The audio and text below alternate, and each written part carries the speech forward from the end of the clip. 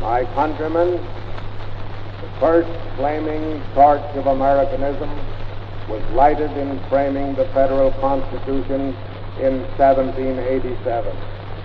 The pilgrims signed their simple and majestic covenant a full century and a half before and set aflame their beacon of liberty on the coast of Massachusetts. Other pioneers of New World freedom were rearing their new standards of liberty from Jamestown to Plymouth for 5 generations before Lexington and Concord heralded the new era. It was all American in the destined result, yet all of it lacked the soul of nationality. In simple truth, there was no thought of nationality in the revolution for American independence. The colonists were resisting a wrong, and freedom was their solace. Once it was achieved, nationality was the only agency suited to its preservation. Americanism really began when robed in nationality. The American Republic began the blazed trail of representative popular government. Representative democracy was proclaimed the safe agency of highest human freedom. America headed the forward procession of civil, human, and religious liberty, which ultimately will affect the liberation of all mankind.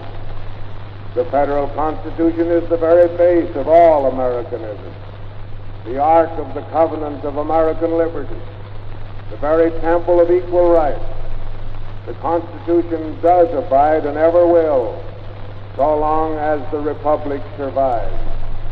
Let us hesitate before we surrender the nationality which is the very soul of highest Americanism. This Republic has never failed humanity, nor endangered civilization. We have been tardy sometimes, like when we were proclaiming democracy and neutrality, and yet ignored our national rights.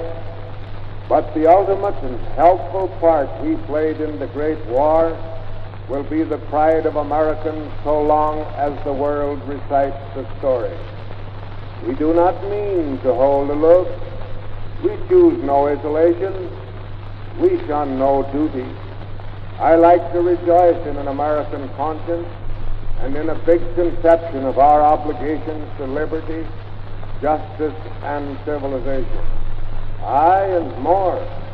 I like to think of Columbia's helping hand to new republics which are seeking the blessings portrayed in our example.